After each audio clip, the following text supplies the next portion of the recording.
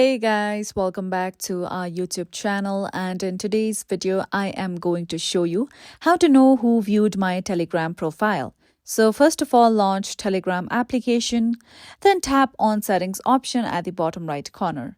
Now from here you can see various options on your Telegram account.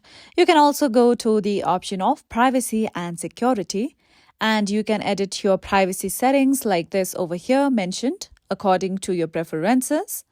So, right now, you cannot see the option to know who has viewed your profile on Telegram, and it is not available to you on the application. So, you would need to wait until that feature is enabled to you by Telegram group. So, if that feature is not available to you in your application, you won't be able to know who has viewed your profile. However, you can definitely edit your privacy settings if you wish to. So that's it for today's video, and at last, don't forget to subscribe to our YouTube channel.